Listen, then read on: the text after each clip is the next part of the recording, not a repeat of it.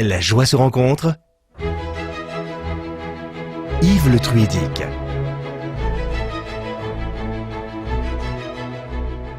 Eh bien voilà, nous retrouvons Jean Lavoué chez lui à Hennebont pour cette deuxième séquence de notre émission La joie se rencontre.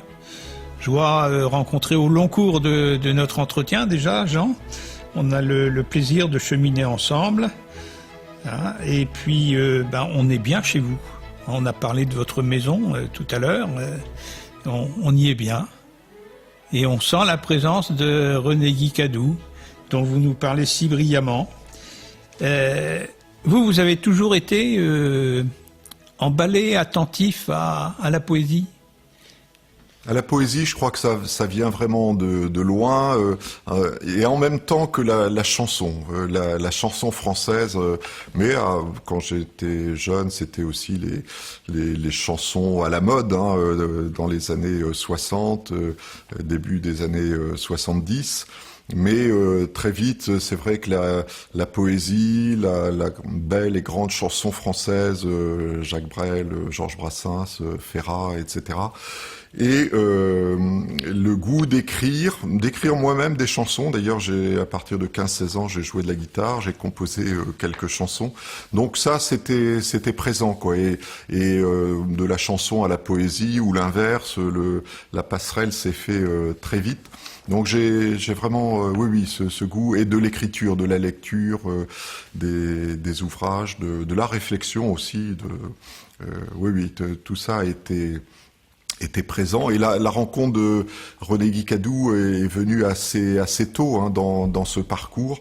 Je pense que j'avais à peine une vingtaine d'années quand j'ai passé à l'abbaye de Landévennec, en fait, où vit le moine poète Gilles Baudry, qui était tout jeune moine, hein, à l'époque.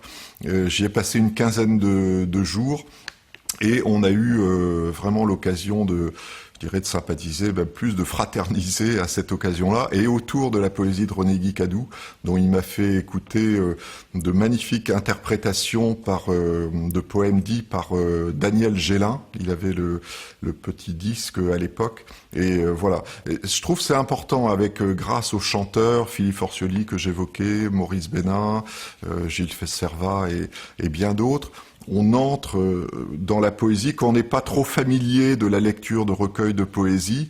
Le fait d'écouter, d'entendre, soit dit par exemple par Daniel Gélin, comme ça a été mon cas à l'époque, ou chanter ces poèmes, on se familiarise et on entre parfois plus facilement, quoi, dans cet univers poétique. Donc ça a été mon cas, et donc il m'a jamais quitté. Puis après, il y a eu les interprétations de Maurice Bénin, que j'ai connu avant celles de Philippe Forcioli, qui m'ont accompagné toute ma vie, je dirais, comme les chansons de Jacques Bertin, qui a aussi interprété Cadou, mais qui a surtout une œuvre poétique et de chansonnier français, moi dont j'ai tous les disques de Jacques Bertin, et depuis mes 20 ans, il m'a jamais quitté non plus, et j'attends impatiemment un tout dernier disque là qui vient de produire, parce que c'est un grand héritier de René Guicadou et de l'école de Rochefort, de Luc Bérimont, de ces poètes fraternels et régionaux pour lui, parce que c'est vraiment un homme de la région de la Loire, là-bas. Donc voilà. Donc il va vous proposer prochainement un disque qui va sortir. Voilà, il a un nouveau CD dont le titre là m'échappe, mais c'est un recueil à nouveau d'une quinzaine de chansons. Et moi, j'écoute, je dirais, Jacques Bertin, comme il m'arrive de lire des poèmes de Cadou avec une attention extrême, parce que je sais que c'est toujours pétri d'humanité, c'est toujours vraiment un amour de l'homme. Et puis, même si, comme pour Cadou, le doute, l'agnosticisme sont bien là, affleure en permanence ce que j'appelle le poème évangélique, en fait, chez ces auteurs. Et j'aime bien quand le poème affleure là où il n'est pas attendu, quoi. Voilà. Et vous êtes ici sur Hennebont depuis déjà plusieurs années. Oui, donc je calcule rapidement, mais ça fera bientôt 30 ans, en fait. Oui. Et déjà, quand vous êtes arrivé sur Hennebont, vous entreteniez déjà ce goût de la poésie. Oui, mais je dois dire que je suis même revenu, avec mon épouse et nos enfants, en Bretagne, parce qu'on était du pays, on était plutôt d'Ille-et-Vilaine, mais dans la douzaine d'années où on a vécu en dehors de la Bretagne, vraiment la nostalgie de la Bretagne, de sa musique, de ses chansons, mais aussi de sa poésie, et surtout, alors là, c'est vrai que Gilles Baudry était comme un frère qui me plaisait de retrouver, quoi, hein. Et donc de revenir après ces 12 années dont on avait 35 ans à peu près à l'époque en Bretagne, la poésie était un désir de renouer avec notre culture profonde, quoi, et des amis qu'on avait ici. Ouais. Alors, si vous voulez bien, vous allez nous dire un poème de René Guicadou, poème qui est peut-être plus connu, vous allez nous le dire, et en quel lieu on le connaît mieux.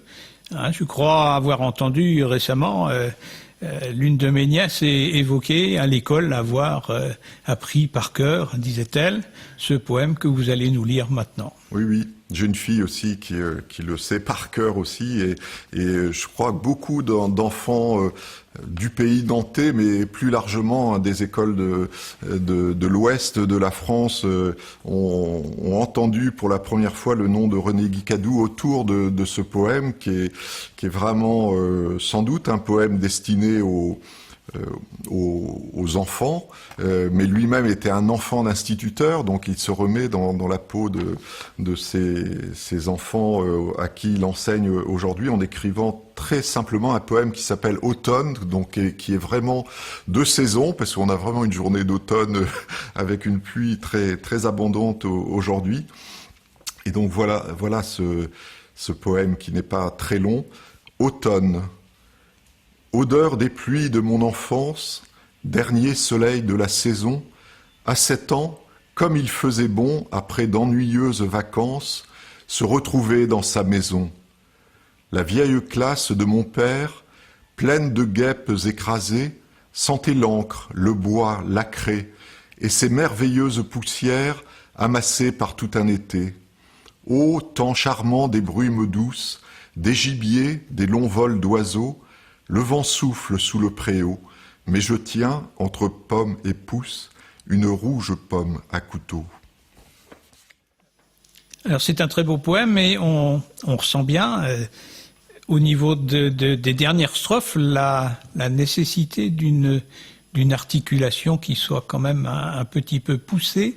Est-ce que quand on lit un poème, comme vous venez de le faire, il y a j'ai employé un mot peut-être mal à propos, mais est-ce qu'il y a une technique où on laisse parler son cœur en fonction de ce que l'on ressent? Comment vous vivez ne serait-ce que ces lectures de poèmes que nous avons eu l'occasion de mettre en œuvre ensemble là?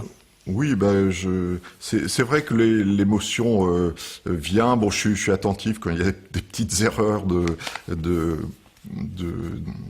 d'association des mots qui surviennent, parce que j'ai pas forcément relu avant, préparé, mais c'est d'abord l'émotion, quoi, d'être relié par quelques textes que ce soit, comme le Nocturne dans une précédente émission, ou ce poème-ci, d'être lié à toute l'œuvre de cet homme, encore une fois, simple, fraternel, avec la vie, les saisons, les enfants, les êtres qui l'entourent, et surtout s'encombrant pas de processus mentaux, mais accueillant le chant qui l'habitait, en fait, hein. Il a passé sa vie à ça, quoi, à accueillir le chant.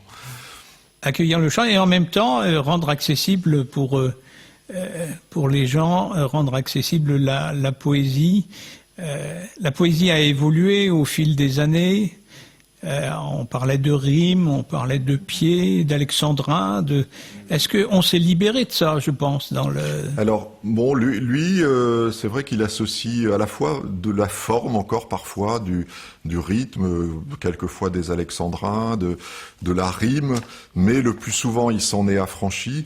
Comme il s'est affranchi d'une forme qui a cherché à faire éclater déjà bien avant lui cette forme rythmée de la poésie classique, symboliste, etc., qu'on a appelé la période surréalisme, quoi, hein, qui qui a fait voler en éclats tout ça. Donc il s'inspire de grands poètes qui ont initié cette grande poésie surréaliste comme notamment Apollinaire, mais aussi Pierre Reverdy.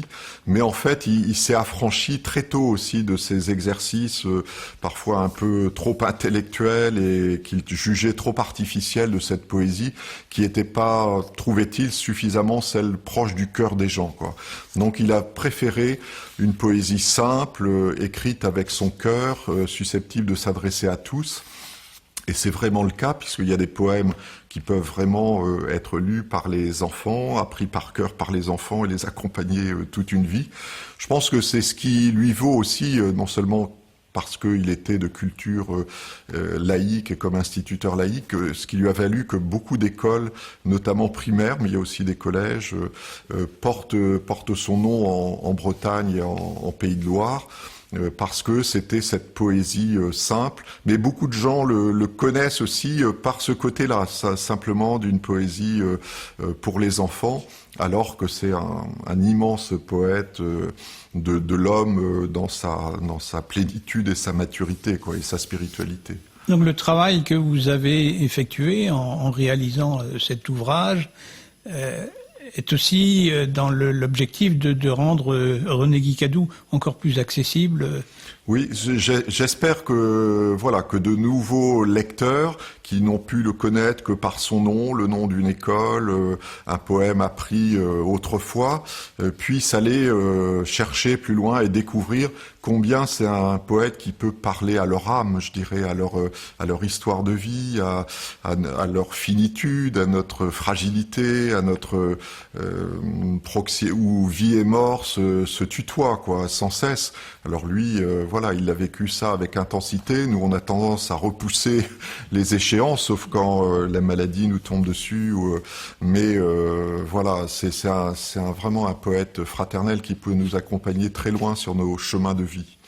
Alors, vous avez évoqué Jacques Bertin, le chanteur.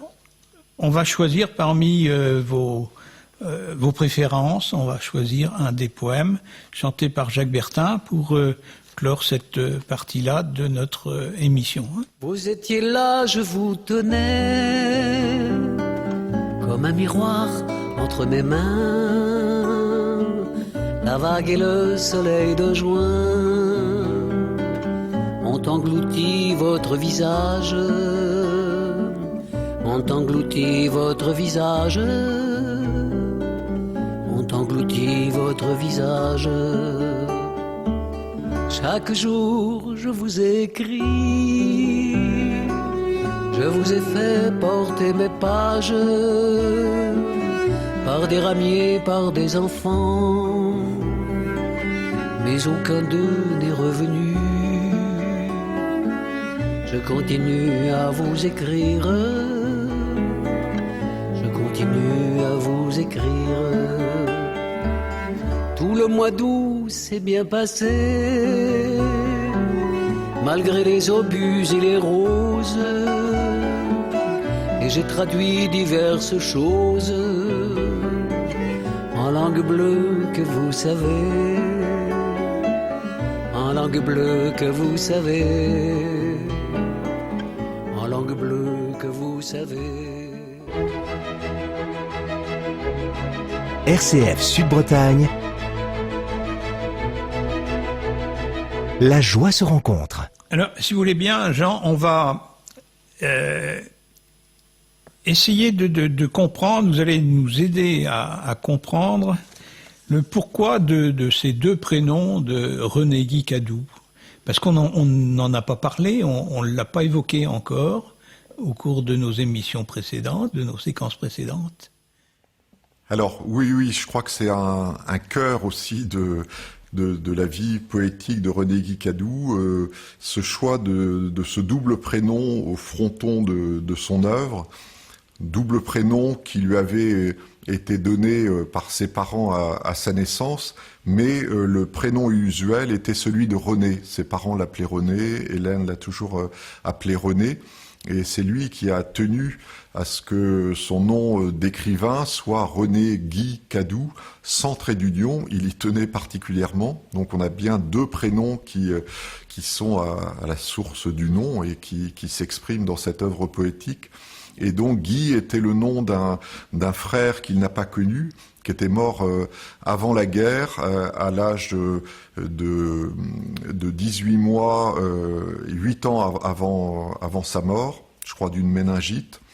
Et on imagine le deuil qui a pu être celui de ses parents, qui a attendu plus de 8 ans avant d'avoir un autre enfant. Et entre deux, il y a eu la guerre, il y a eu 4 années où le papa a été prisonnier après s'être battu sur le front, etc. Donc ça a été vraiment des années de grande épreuve et de deuil. Et René Guy Cadou est né, donc ça fera 100 ans en 2020, le 15 février 1920, on imagine la joie de ses parents. En tous les cas, c'est un enfant qui a été choyé, aimé, comme on peut pas trop imaginer, quoi, tellement il était attendu, et surtout attendu aussi par cette campagne de la Brière à Sainte-Reine-de-Bretagne. Donc il y avait ses parents bien aimés, mais il y avait plein d'êtres chéris autour de lui, y compris ses parents l'avaient confié à une religieuse, sœur Chantal, avec qui il a passé une quinzaine de jours tout enfant, pendant qu'ils étaient partis chez des amis en vacances en Auvergne. Et je crois que cette religieuse a profondément marqué l'âme du jeune enfant. Il l'évoque à plusieurs reprises dans sa poésie. Et il y avait ses grands-mères aussi, ses grands-parents, mais une grand-mère en particulier qui lui parlait beaucoup de l'Évangile. Il est né en face l'allée du Calvaire, à Sainte-Reine de Bretagne. Et la maison qui est devenue la mairie aujourd'hui, la maison de l'instituteur laïque, s'ouvrait sur l'allée du Calvaire. Et en haut de cette allée du Calvaire, qui est devenue un lieu d'hommage à René Guy Cadou, il y a ces poèmes qui sont installés tout au long de cette allée. Il y avait effectivement une sorte de sanctuaire où il allait parfois, et sa grand-mère notamment, il raconte ça dans ses souvenirs d'enfance, lui apprenait le Notre Père à cet endroit-là. Donc c'est pour dire que de culture laïque, il a quand même été extrêmement baigné, quoi, hein. Et donc René Guy, je fais dans mon livre beaucoup résonner cette présence du frère, quoi, cette dimension fraternelle, je dis la fraternité au cœur. Oui, effectivement, cette présence de Guy, elle est comme sans qu'il l'évoque explicitement trop fréquemment, mais il le fait quand même dans ses souvenirs d'enfance. Mais voilà, c'est une grande présence qui va ouvrir toute sa vie d'amitié, de fraternité avec des poètes, avec des êtres qui vont l'accompagner. Je pense qu'il y a vraiment là un creuset dans cette relation entre René et Guy, même s'ils se sont pas physiquement rencontrés sur cette terre, ils étaient spirituellement très reliés, quoi. Au-delà de la mort de son frère est avec lui, on le sent bien au travers de votre ouvrage, effectivement, avec ces impressions de joie à certains moments d'avoir ce frère, de tristesse aussi quelquefois, mais à l'avoir découvert, à l'avoir lu moi-même, je dirais il y a plus de la joie dans son évocation, dans l'évocation de son frère par René Guy Cadou lui-même, quoi. Oui, je pense qu'il s'est pas laissé enfermer dans le rôle d'enfant de remplacement. C'est vrai que c'est souvent le risque, surtout quand on donne ce prénom René, en plus associer le nom du frère disparu. C'est vrai qu'il aurait pu être par ses parents vécu comme celui qui n'a pas été là et un peu entraîné, quoi, à sa suite d'une certaine manière, et ça peut faire des destins aussi douloureux, mais je crois qu'il y avait cette force vitale chez lui, déjà de nature, quoi, hein. C'était un enfant très jovial, et ses parents l'ont aussi poussé vers la vie. Il raconte, c'est la première page de ses souvenirs d'enfance, mon enfance est à tout le monde. Il raconte cette scène où son papa instituteur va le prendre dans son berceau et va le présenter à tous les enfants des 2 ou 3 classes qu'il doit avoir, et en proposant même à chaque aîné ou de ses classes de le prendre dans ses bras, et voilà, il le reprend, il va le déposer dans son berceau. Il dit avec des sanglots qui n'ont pas oublié la présence de mon frère. Donc c'est la première fois qu'il évoque dans ses souvenirs d'enfance explicitement Guy. Et donc cette scène inaugurale, elle est très présente dans la vitalité qui va l'accompagner. Il y a vraiment une puissance paternelle qui l'oriente vers la vie, et qui va d'ailleurs, après la mort extrêmement douloureuse de sa mère quand il a 12 ans, dont le papa a aussi beaucoup de mal à se remettre. Il y a un poème bouleversant de René Guicadou qui évoque cette chambre vide et la douleur de son père. En fait, c'est son père qui, ayant écrit, lorsqu'il était à l'école normale, des poèmes aussi, va lui présenter 2-3 ans après la mort de sa mère, un soir, les poèmes qu'il a écrits, les 2 ou 3 cahiers que René va lire, et en fait le lendemain il se découvre avec un goût d'écrire de la poésie à son tour. Donc ça sera pas du premier coup, il va, comme tout le monde quand on se tente la poésie, mais voilà, c'est quand même là qu'a été le premier moment fort. C'est cette présence paternelle et vitale. Voilà, bien merci Jean de poursuivre cette évocation de René Guicadou au travers de vos recherches, de l'intérêt, j'allais dire de l'amitié que vous portez à René Guicadou. On a l'impression qu'il est avec nous quand on vous écoute là. Merci Jean, merci à Bruno pour la prise de son, et puis on se dit à la semaine prochaine.